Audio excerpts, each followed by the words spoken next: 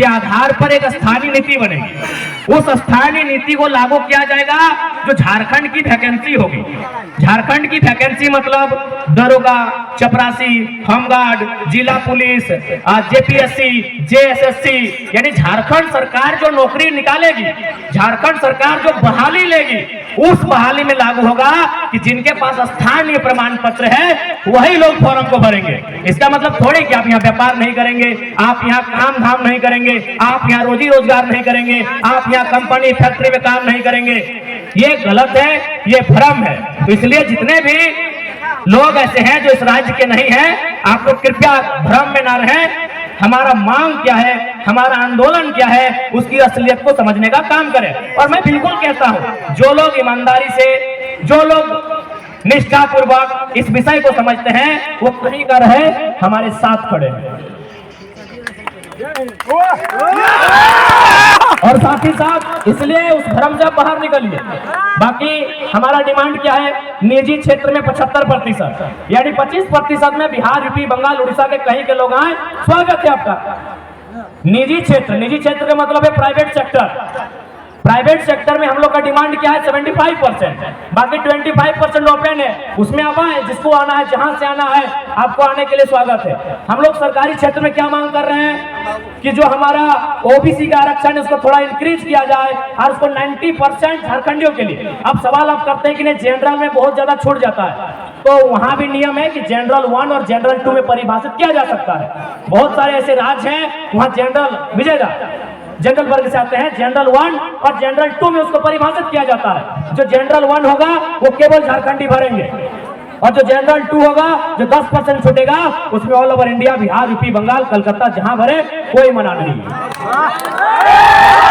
और एक बात बताइए, अब यहां से इन मुद्दों के बाद भी किनको लगता है हमारी लड़ाई गलत है भाई? और एक बात, जो लोग हमारे राज्य में चढ़ के बात करते हैं, अच्छा एक बात बोलिए भैया, आपके यहाँ उत्तर प्रदेश के लोग भी रहते हैं? माइक से ही बोलिए ना। हाँ बोलो। रहते हैं, उत्तर प्रदेश के लोग रहते हैं? हाँ रहते हैं। बिहार के लोग रहते हैं? बंगाल के लोग रहते हैं? पूरा स्टेट का लोग रहते हैं। पूरा स्टेट के लोग रहते हैं, लाखों में रहते हैं। लाखों में रहते हैं। क्या आपके प्रदेश में उन्होंने कभी अधिकार मांगा है? नहीं, कभी नहीं। उनको सबको झारखंड में चाहिए, का है झारखंड बोका धंधा है। देखिए दादा सामने है, सबको झारखंड में चाहिए। उधर वालों को उधर का हिस्सा चाहिए, इधर वालों को इधर का हिस्सा चाहिए, इधर वालों को इधर का हिस्सा चाहिए। सबको बराबर झारखंड में ही अधिकार चाहिए। उनकी भाषा को भी यहाँ चाहिए, उनके टीचर भी यहाँ होने चाहिए, उनके वकील भी यहाँ होने चाहिए, उनके सब यहाँ झारखंड में होने चाहिए। यही महाराष्ट्र में भी लगभग अनुमानित 25-30 लाख के आसपास में यूपी बिहार के लोग रहते हैं, बंगाल के लोग रहते हैं, उड़ीसा के लोग रहते हैं, गुजरात के लोग तो बहुत ज्यादा रहते हैं। और एक बात, आज आपको एक बात क्लियर कहना चाहेंगे, 1960 से पहले आपके महाराष्ट्र का नाम बॉम्बे था, बराबर है भैया? बॉम्बे नाम था। उसके बाद जिस प्रकार हम लोग बिहार से झारखंड अलग करने के लिए मूवमेंट किए, वहां भी एक मूवमेंट हुआ। तो वहां क्या होता है, 1960 में दोनों राज्यों का विभाजन हो गया, बॉम्बे बना गया, एक तरफ महाराष्ट्र और एक तरफ गुजरात। आज जो बम्बई नगरी है उसको बनाने में गुजरातियों का बहुत बड़ा योगदान है, उनके व्यवसायियों का, उनके व्यापारियों का। लेकिन आज तक गुजरातियों ने नहीं कहा है कि महाराष्ट्र में गुजराती भाषा को मान्यता मिले।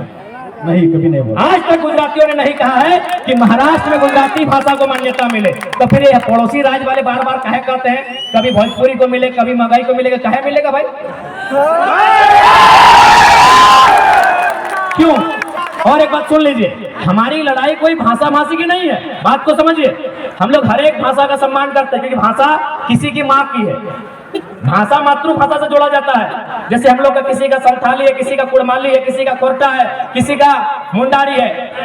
तो भोजपुरी मगही भी किन्हीं की मातृभाषा है, हमें किसी की मातृभाषा शिकायत नहीं है। हमारा बात को समझिए, हमारा शर्त यह है कि आप दुनिया की किसी भाषा को झारखंड में रहके गीत गाएं, उसका गाना सुने, हम कानूनी मान्यता नहीं देंगे। बात समझिए, सरकारी दस्तावेज में मान्यता नहीं देंगे, हम ये बात कह रहे हैं। हाँ, बाकी अगर उसके बाद भी अगर आपको दुविधा है तो जिला वाइज सर्वे कीजिए। पलामू, गढ़वा साइड में हो सकता है उन भाषाओं को बोला जाता है, तो उसमें एक बुद्धिजीवी जो भाषा साहित्य का ज्ञान रखते हैं, जो भाषा पे जिनका एक बहुत बड़ा रिसर्च रहा है, वो जिला वाइज कैटेगरी कर सकते हैं और जिला वाइज जो सीमा है सटा हुआ, वहां उन भाषाओं की बात कर सकते हैं। पूरे झारखंड में अब कहीं नहीं, और खासकर धनबाद बोकारो में आप उठा के ले आइएगा उन भाषाओं को जो धनबाद बोकारो में नहीं है, तो ये हमारा दुर्भाग्य है। तो लड़ाई कभी भाषा की नहीं है, बात एकदम क्लियर है।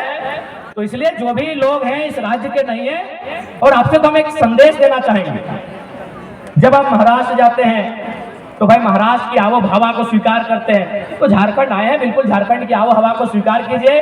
और एक विशेषकर जो अनूप सिंह जी हैं और उनके जो समर्थक हैं, क्योंकि जैसा कि इतिहास कहता है चपरी के सूर्यनारायण महतो ने उनके परिवार को यहाँ बसाया है, तो जैसा कि इतिहास कहता है, हम उनसे यही कहना चाहेंगे कि यदि आप यहाँ रहते हैं अच्छी बात है, तो जिन लोगों ने आपको जमीन दिया, जिन लोगों ने आपको कोयला का खदान दिया, उन लोगों को नेता मानने में क्या दिक्कत था? अगर कोई महाराष्ट्र में रहेगा तो मराठी को नेता मानेगा, मानेगा कि नहीं मानेगा? मानेगा। लेकिन हमारे झारखंड का दुर्भाग्य है, भाई झारखंड में रहते हुए भी झारखंड के लोगों को नेता नहीं मानते।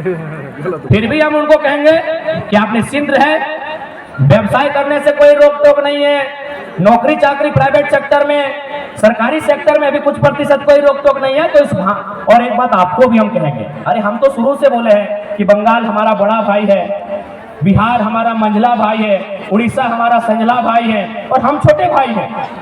हमने हमेशा बराबर कहा है कि बंगाल हमारा बड़ा भाई है, बिहार हमारा मंझला भाई है, उड़ीसा हमारा संझला भाई है, और झारखंड छोटा भाई है। लेकिन एक सवाल हम कहेंगे, यदि मान के चलिए चारों भाई में बंटवारा हो जाता है, तो क्या आपने कभी सुना है कि बड़ा भाई, मंझला भाई, संझला भाई मिलके छोटा भाई का हिस्सा में कब्जा करता है? कभी सुने हैं? तो सिंपल है, बंगाल को मिला है 88,000 वर्ग किलोमीटर, बिहार को मिला है 94,000 वर्ग किलोमीटर, उड़ीसा को मिला है 1,55,000 वर्ग किलोमीटर, सबसे कम हम लोग को मिला है 79,000 वर्ग किलोमीटर। जब हम बंगाल की 88,000 वर्ग किलोमीटर में 1 इंच नजर नहीं गड़ाते हैं, जब हम बिहार के 94,000 वर्ग किलोमीटर में 1 इंच नजर नहीं गड़ाते हैं, जब हम उड़ीसा के 1,55,000 वर्ग किलोमीटर में 1 इंच नजर नहीं गड़ाते हैं, तो भाई हमारे 79,000 वर्ग किलोमीटर सबकी नजर कहाँ है? अब एक सवाल